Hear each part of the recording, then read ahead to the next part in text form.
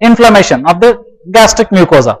Okay, so exactly to say not the mucosa, where the inflammation will be more present in which layer?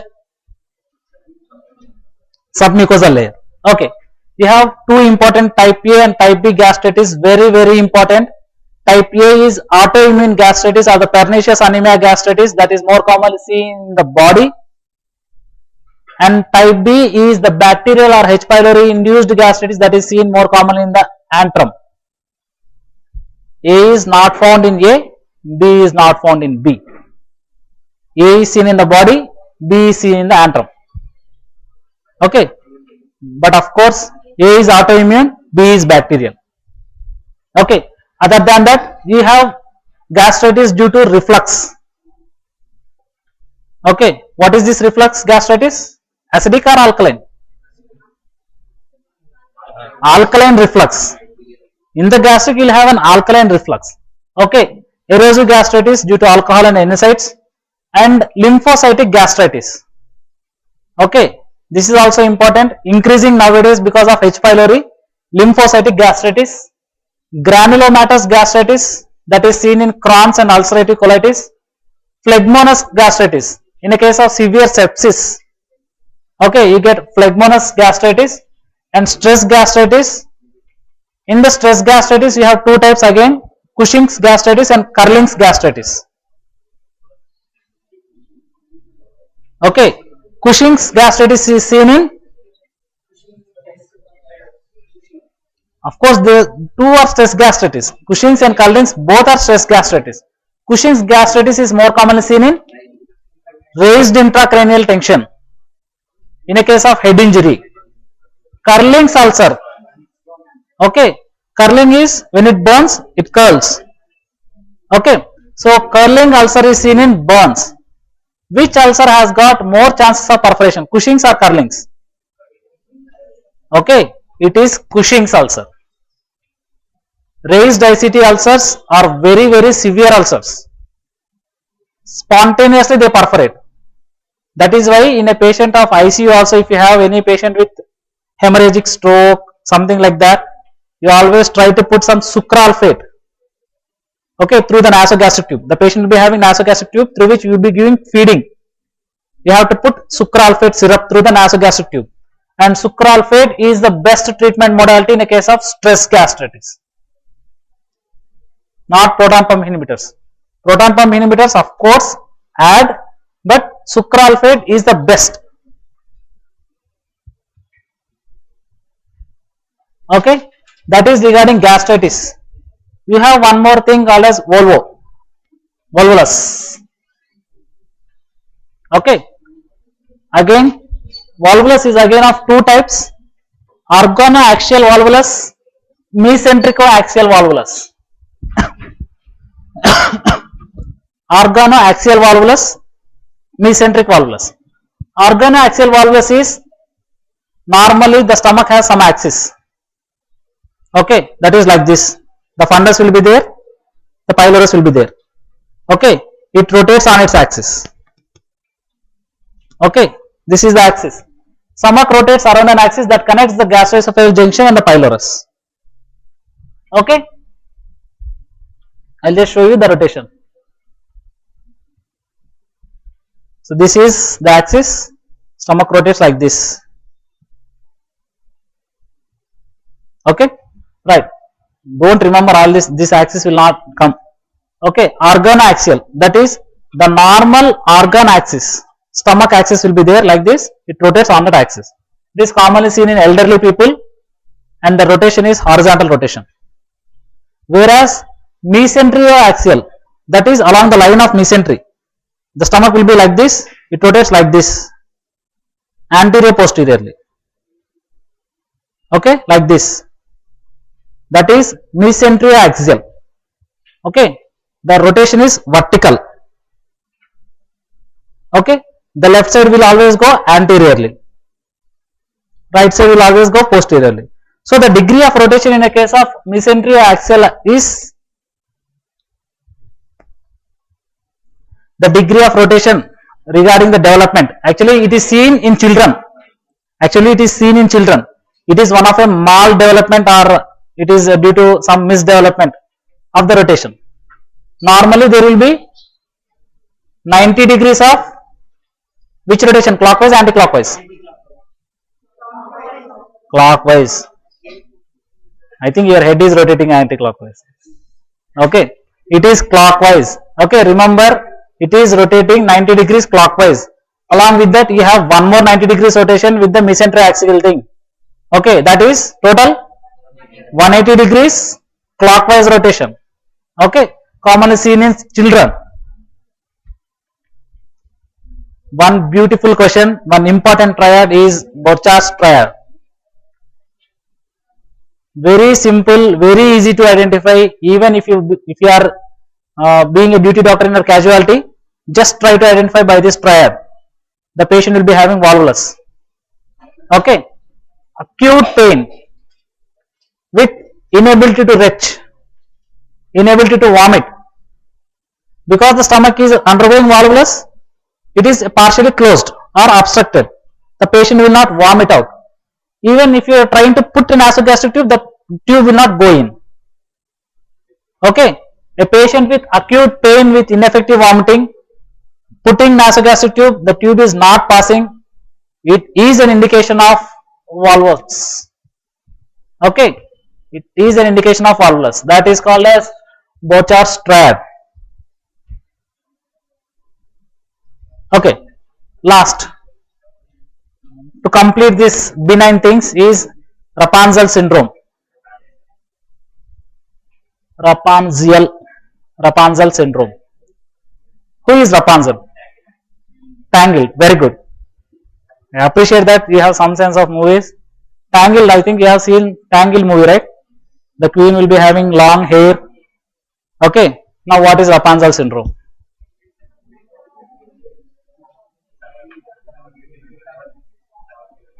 You have hair, no problem. I am not talking about head. I am talking about stomach.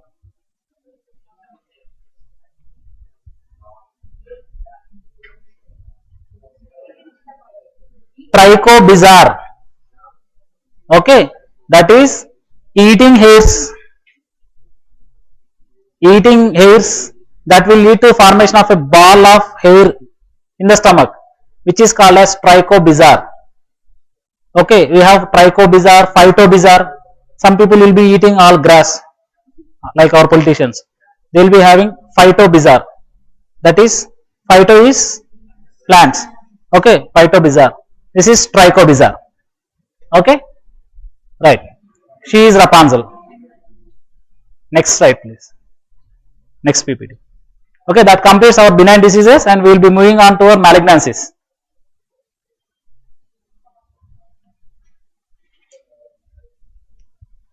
Right, now let us start gastric carcinomas, finish it off fast. Okay, so gastric carcinomas, I will tell you only the important things that you have to remember. Now again, I am sorry, this should be done. He is Napoleon Bonaparte. Okay, he is 1987, the autopsy has been confirmed that he died of gastric carcinoma. Okay, he was the first recorded in the history to die of gastric carcinoma. Okay, right. Let us talk about the benign polyps.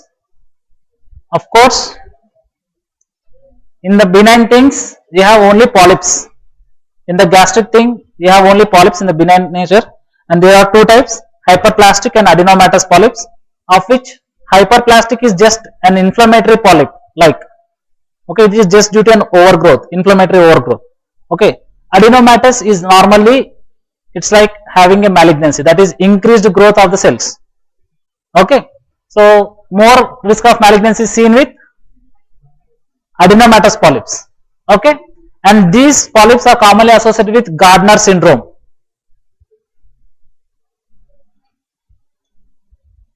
Gardner syndrome or associated with FAP syndrome. FAP is familial adenomatous polyposis coli.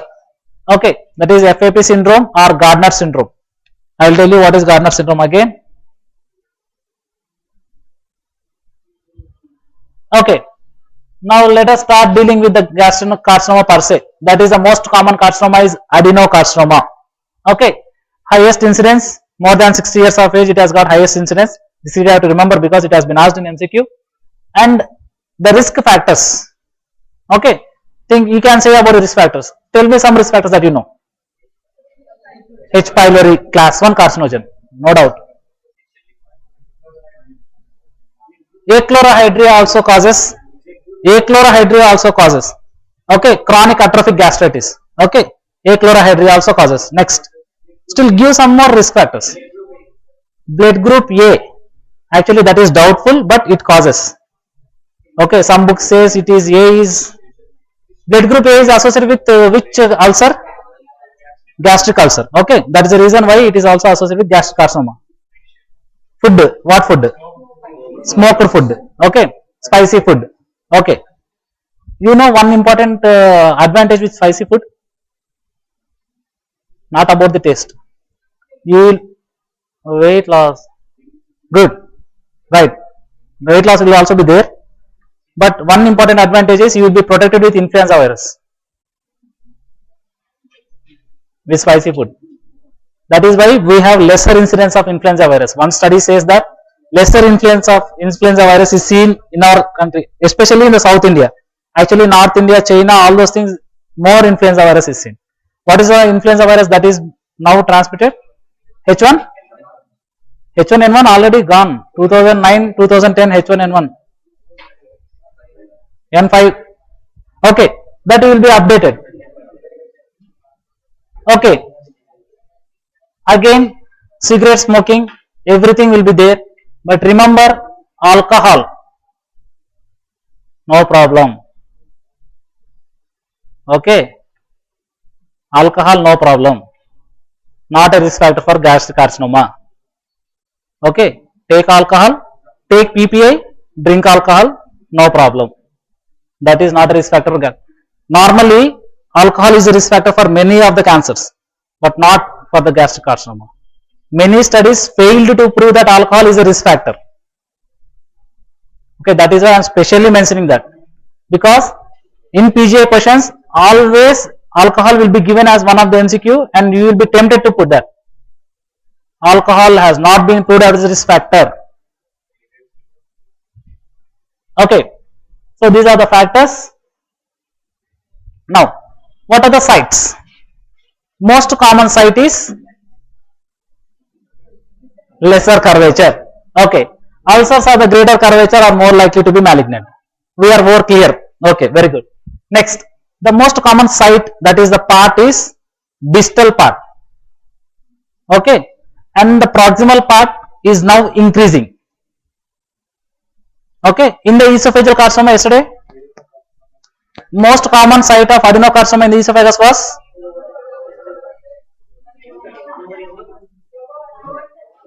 what? Low? You are saying lower 1/3. Why you are saying lower 1/3? Who said lower 1/3?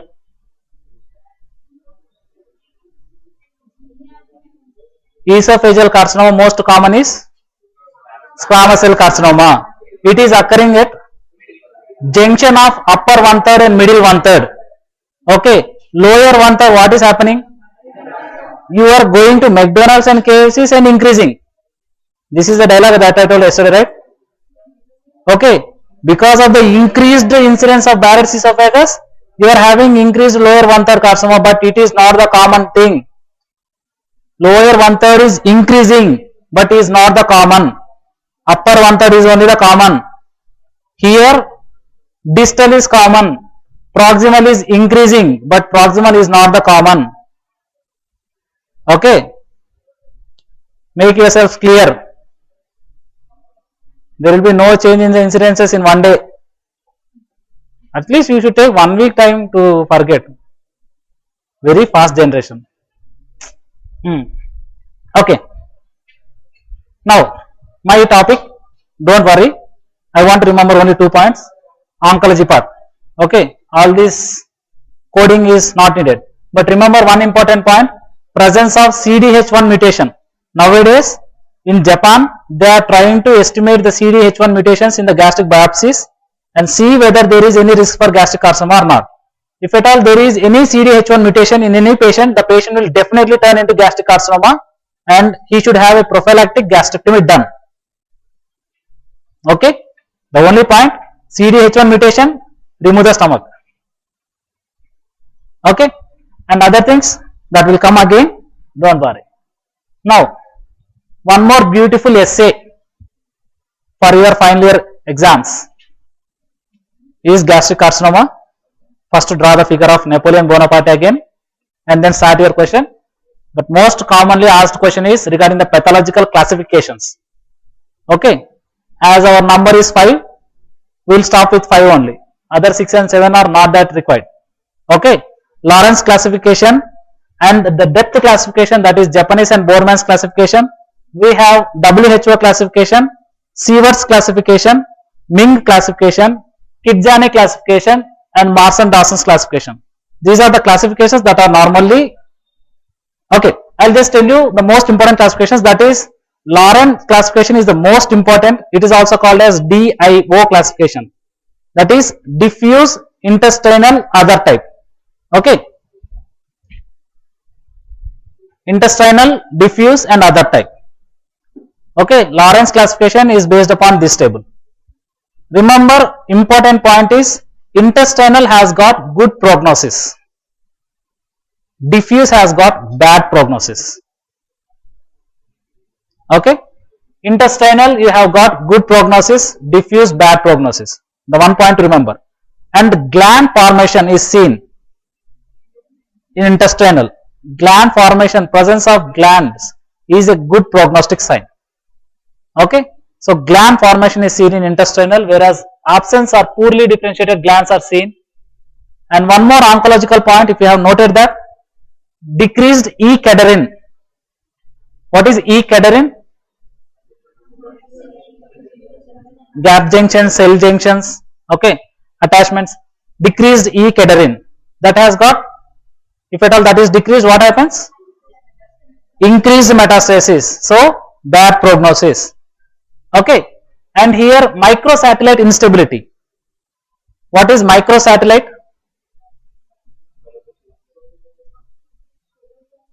What is satellite?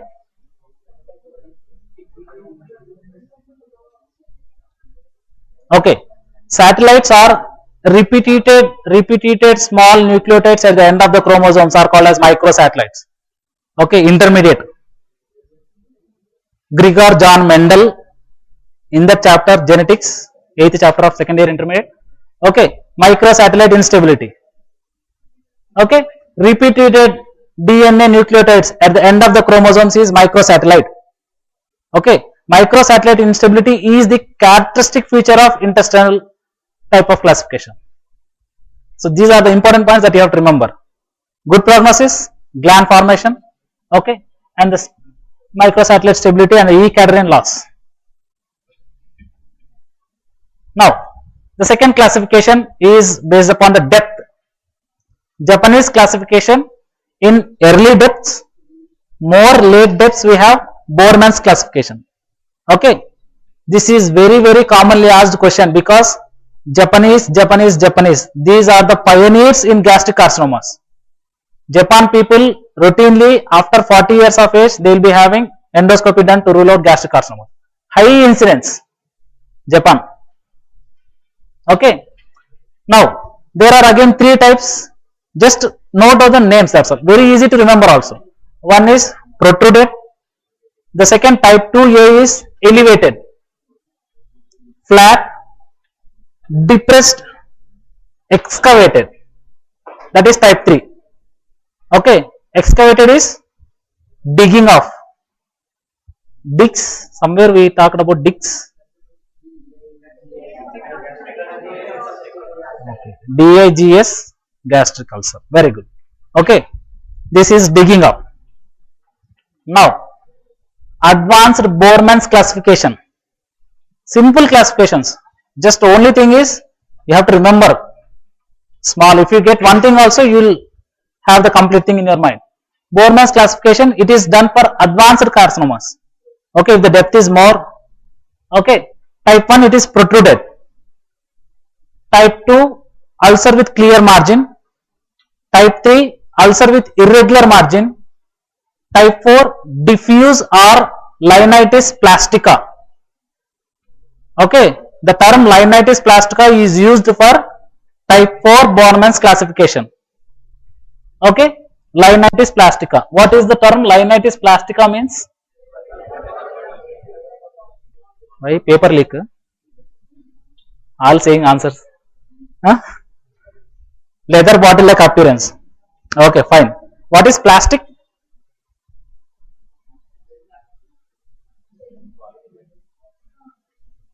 Polyvinyl chloride PVC. Labile, actually more appropriate. Plastic is which takes the shape. Plastic means you put a plastic mug, it will become mug. You will put a jug, it will become jug. You pour it in the form of molds in the bucket, it will become bucket. That is, it is easily moldable. That is called as plastic. Okay. So, right. Let us move to the third classification, that is WHO classification. The fourth classification is Sieverts. Very good, very good. Just trying to have more communication. Okay. WHO classification as usual is a waste classification that is not followed. Okay. WHO will not follow anywhere. We will just name it as WHO, that's all. Whenever you say, whenever an examiner asks you some question, what are the classifications? If you don't remember anything, you say WHO classification. For that purpose only that is used. Okay. The common is adenocarcinoma, where you have papillary, tubular, mucinous and signet ring shape. And we have adenosquamous type also. Squamous cell carcinoma can also occur but is very rare. And we have undifferentiated carcinomas and unclassified carcinomas. Okay. And one more classification which is being now concentrated is Sieverts classification. Why it is now concentrated? Why it was not concentrated earlier? It is not recent, it is concentrated now. Why? I want to put mathematics in science. Reasoning, logic. Proximal is increasing in incidence. This is GEJ junction, that is proximal. That is why we are concerned about it. Otherwise, who cares? Okay, we have three types again here. Just try to follow this diagram. One is above the GEJ, very simple. Now, my doubt is actually why if it is above GEJ, why it is not classified in esophageal carcinoma, why it is classified in gastric carcinoma.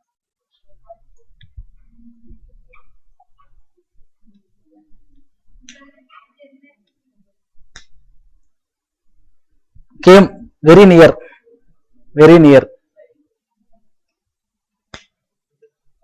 very far.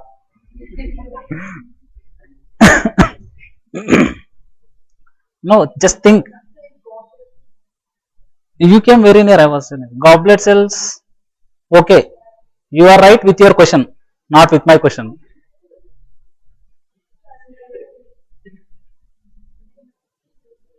Okay, right. See, simple. What happens is, this classification talks about the origin. Okay, it is origining here and extending up to this. Okay, so that is why we talk about this as gastric carcinoma. But it will not say that I have originated in esophagus and I have come into the stomach. When we are seeing, it will be like a complete carcinoma. When we trace it out, then it will be like this. Okay, based upon its origin only we are classifying it. Actually, that was a big question for me. I have taken 2-3 classes without knowing that question answer only. But after 2-3 classes, I was unable to wait. I wanted to know the answer.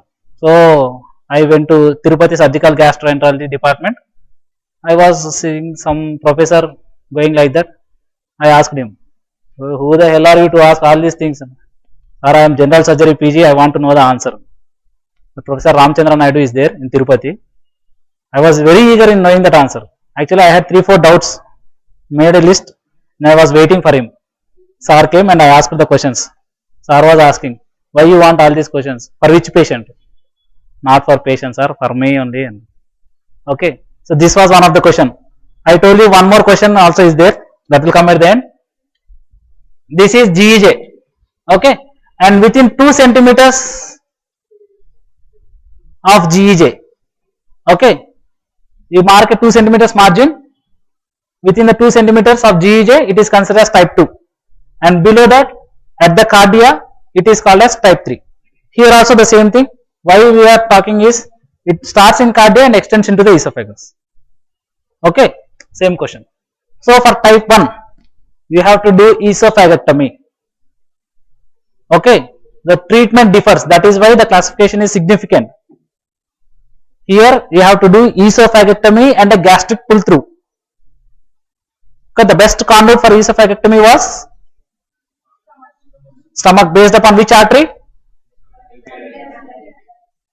Right gastric artery. Okay, right. Type 2 and type 3. Okay, where you have to do total gastrectomy and then pull the esophagus down and do an anastomosis. Esophago-jejunal anastomosis. Okay, simple. Remember Sievert's classification. Ming classification is very simple. Expanding or infiltrating. If it is expanding, good prognosis, because you will see it early. If it is infiltrating, it is bad prognosis, you will see late. Okay, that is regarding the classification. Marsan and Dawson, funnel shape, Kizani, all this remove. Okay, now let us finish off with the symptoms and the treatment. Okay, so what is the most common presenting symptom?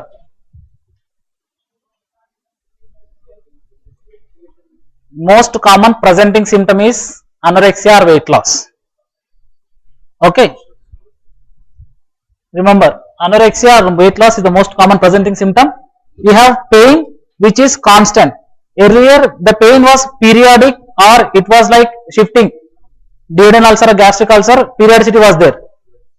Loss of periodicity. Okay, that is important thing that you have to remember. Okay, right. Or the patient might present with some metastatic features. I think you all know about these metastatic features. Krukenberg's tumors. Metastasis from the stomach to ovary, seen only in women's, that is no doubt, but premenopausal women only. Why premenopausal women only? Ovaries will be active, very good. Ovaries, when it is ovulating, there will be release of Graafian follicle. At that time only the metastasis will go and sit in the ovary. If it is postmenopausal, no ovary release, nothing. So there is no chance of Krukenberg's tumors in post ovary. Active ovary is a criteria is needed for a case of Krukenberg's tumor. Next, Bloomer shelf. Bloomer shelf is a drop down metastasis which can be palpated perrectally. Okay, you have a cul-de-sac, right? Posterior sac, cul-de-sac, which can be palpated perrectally. That is, whenever you feel some metastatic or a loaded part in the cul-de-sac, in the case of carcinoma stomach, that is called as Bloomer shelf. Next is Virchow's nodes. What is that sign called as? Trousers sign. Okay, left supraclavicular lymph nodes. Next is Sister Mary Joseph nodule. Okay, a nodule that is present around the umbilicus. How this goes to umbilicus? Yes, very good. Ligamentum teres. Okay, because of the attachment with the ligamentum teres, which is attached to the umbilicus. Ligamentum teres is an obliterated left umbilical vein or right umbilical vein? Left. Pakka. Right. Okay. So how many umbilical arteries are there? Umbilical vein are there?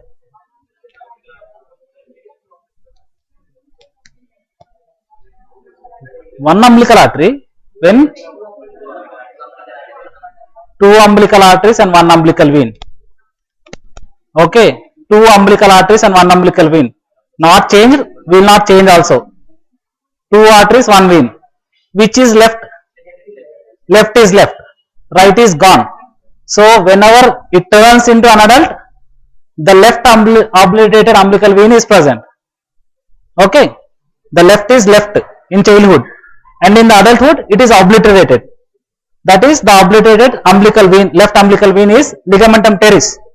Now we have one more metastasis also called as Irish nodule. Irish nodule. Okay, that is left axillary lymph node. Left supraclavicular node जैसा left axillary lymph node भी होता है, that is called as Irish nodule. Okay, so see the nodule. Okay, right. Again, let us discuss about the diagnosis. Very simple diagnosis. Upper GI endoscopy you do. That will be very clear, evident of a mass or an ulcer or an linitis plastica diffuse, whatever will be seen. But abdominal CT is a very good investigation. You can see the lymph nodes, the surrounding lymph nodes also for the abdomen. Okay. Next, endoscopic ultrasound, EUS. What is the advantage of this EUS? Yesterday I only told you. Very clear pictures, everything. It overstages what, understages what? Overstages T, understages M. Very nice. Okay, all these stagings and TNM not needed. Again, our Panchapandavalu came. The treatment. Treatment again 5 types. The most important is surgery. EMR, that is endoscopic mucosal resection. PDR, that is photodynamic therapy. Chemotherapy, immunochemotherapy. Okay, these are the 5 types of modalities: surgery, photodynamic therapy, endoscopic mucosal resection, chemotherapy, and immunochemotherapy or immunotherapy. Okay, surgery very simple. What to do? What is the most common surgery done? Gastrectomy. Okay, I will tell you 2 options. We have a proximal gastrectomy and a distal gastrectomy. Which is done most commonly? Distal, because distal is more common. Okay, so proximal, if at all a distal carcinoma occurs, you do a transaction called as subtotal gastrectomy. That is, spare some part of the superior part and remove all this part. I will tell you why. Okay, if at all there is a proximal gastric, what you do?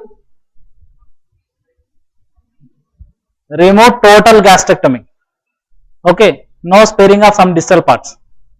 Okay, that is the thing that you have to remember. If it is distal, you can spare some proximal. Okay, but if it is proximal, you can't spare distal. Remove. Right. So proximal tumors, you have to do total gastrectomy. Distal tumors, subtotal gastrectomy. GEJ tumors also similar to that of proximal tumors. So total gastrectomy. Okay. So the proximal clearance. Yesterday we were talking about the proximal clearance of esophagus and distal clearance of esophagus. What was the proximal clearance? Esophagus 10-5, because upper 2/3, lower 1/3. Here 5-2. Colon also I told you 5-2. Okay. Proximal clearance is 5 centimeters because majority of the spread in the proximal part is through submucosal. Okay. I will tell you what is the thing is, submucosal lymphatics are more prominent here in the esophagus and the proximal part of stomach. Whereas in the distal part of the stomach, the submucosa is narrowed because of the thickened musculature. We have 3 types of musculature, right? Outer longitudinal, inner circular, middle oblique. What happens in the distal part is, the middle oblique layer, it forms a thickened structure to form a pyloric sphincter. The pyloric sphincter is actually a thickened or hypertrophy of the middle oblique layer. This hypertrophy of the muscle causes compression over the submucosal lymphatics. It doesn't allow the spread downwards. Clear? Not clear. Okay. Here submucosal lymphatics are there. Proximally, distally also submucosal lymphatics are there. Proximally, the musculature is weak, so it happily transmits. The submucosal is free, expanding, and it transmits all the metastasis. So you have to have more clearance here. Distally, there is a thick musculature which is compressing over the submucosal lymphatics, not allowing the lymphatics to pass. Okay, So it is trying to restrict. So natural barrier is there for the metastasis. So you need not have a wide excision further. So 2 centimeters of distal clearance is enough. Okay, all these things will not be asked. Just remember 5-2. If at all you get a doubt, then try to rewind. Like that concept was there, like this concept was there. Okay, in exam you don't have that much of time to revise all the concept. Something should be gunshot, that's all. Okay, 5-2, 5-2, 10-5, tick. Okay, right. Now, this is also one more important area where questions are not asked for undergraduates, questions are asked for only postgraduates. We have 16 nodes, now 18, added recently, 18 stations. These are called as stations. Actually very important in whenever you are doing a surgical resection for gastric carcinoma. We have to see that these stations are removed. Likewise, for type 1 you have right paracardial, type 2 left paracardial, type 3 lesser curvature, greater curvature, suprapyloric, infrapyloric, okay, celiac, all these things are there, but not needed. These are the stations. Remember, there are 18 stations of lymph node. 18 stations. Okay, 16 are there, now added 18 stations.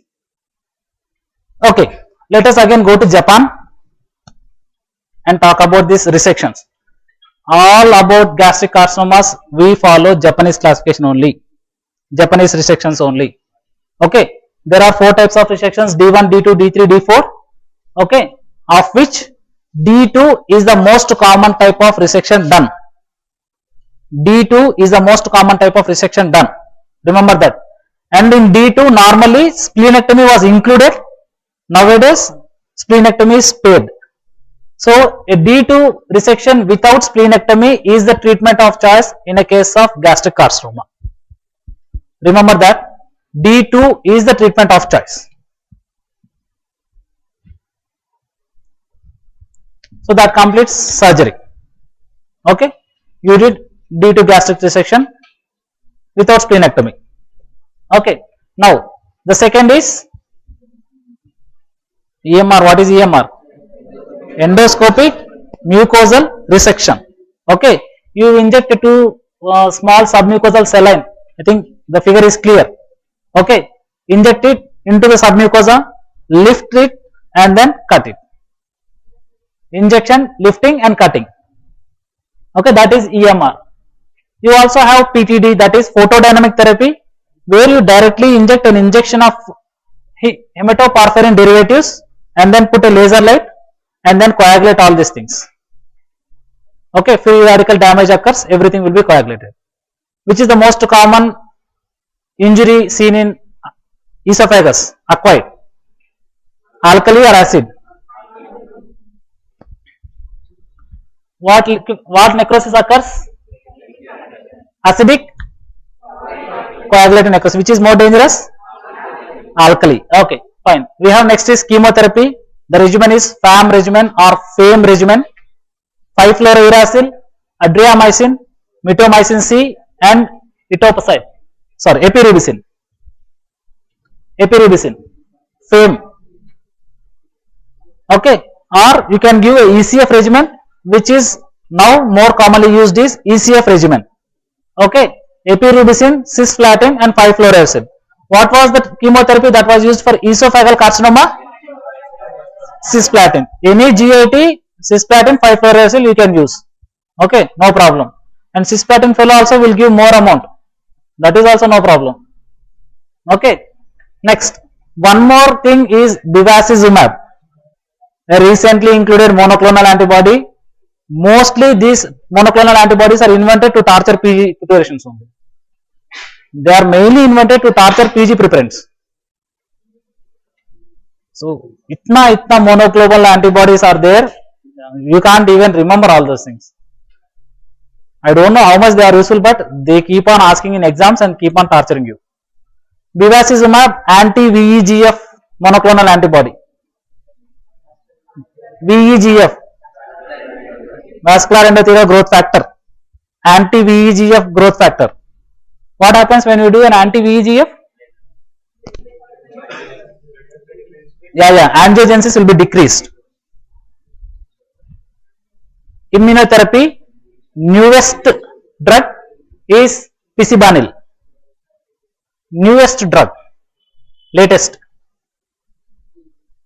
Anil. No Anil? My friend Anil was there. Picibanil. Streptococcus, it is derived from Streptococcus pyogenes. Okay, given on 5th day, 10th day, some regimen is there. It is a newly identified drug, picibanil. Next, finished adenocarcinomas. 2 points regarding 2 other carcinomas, lymphomas and gastric sarcomas. Nothing much. Lymphomas, the most common cause is H. pylori. Okay, H. pylori mostly causes malt. What is malt? Mucosal associated lymphoid tissue. Okay, malt type of lymphomas are common. Okay, change. Just to give you that spurt. Okay, rapid cooling, cryotherapy. Gastric lymphoma. Gastric lymphoma, again the second most common gastric carcinoma. Remember, it is associated with EBV and HIV. EBV is Epstein-Barr virus and also HIV. Okay, so remember those 2 points which are very important for a case of lymphoma. And the classification for lymphoma is good, common sense, right? Original thing, Ann Arbor classification. Okay, you will get all these things in your medicine. Okay, fine. Leave all those things. I am concerned about these surgical points, that is Carney's triad. We have to remember any triads, any triads. See, earlier there were no such instruments, no CTs, no ultrasounds, no sophisticated instruments. So everyone, whatever they feel, they put it as a triad. Saint's triad. What is Saint's triad? Okay. I'll just give you a list of triads. Okay, just ask. Carney's triad. That is why I am discussing here is leiomyosarcoma. Okay. So lymphoma is finished. Gastric leiomyosarcoma. Whenever you hear a terminology called as leiomyosarcoma, what should come into your mind? It is now called as GIST, gastrointestinal stromal tumors, CD117, c-KIT ligand, imatinib. Song should come like that. Gastrointestinal stromal tumors. Okay, CD117. Don't think of what that is, that will all come. Okay, the song is CD117. Don't try to see the lyrics. CD117, c-KIT ligand, c-KIT, C-KIT ligand, and the treatment is imatinib mesylate. Okay, this is imatinib is a revolutionary drug. That is why 199 questions were there in AIMS. This is a 200 question. Yesterday also I told you, GIST is very, very important topic. Okay, so gastric leiomyomas, pulmonary chondromas and paragangliomas. I don't know how this fellow invented this triad, but this is a triad. Gastric leiomyomas, pulmonary chondromas and extradural paragangliomas. That is called as Carney's triad. Okay, so that finishes our class, and this is the height of dedication. Now this is the height of dedication. If you are dedicated, of course negatively dedicated, even if the patient is having tracheostomy, he is smoking through the tracheostomy, unable to live. Okay, our dedication should be that much positively, right? So that finishes off your esophagus and stomach. Actually I thought of finishing spleen also, but stomach was a little bit elaborative. So no worries, we will try to take one more class and then finish off everything.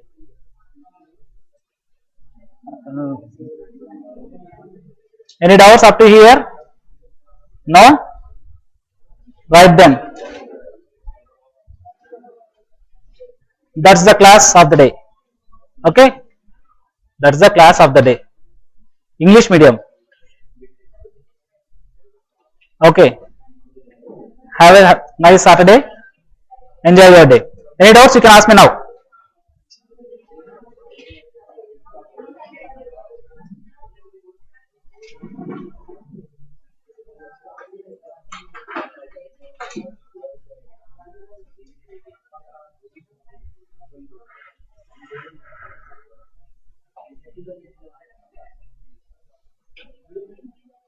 No scolding, no beating. You can go.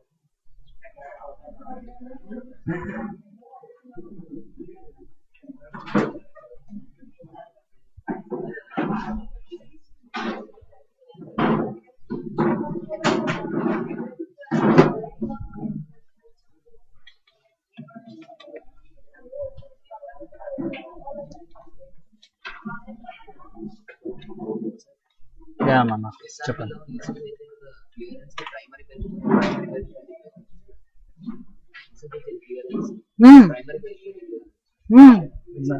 So primary also, actually primary is the main important thing.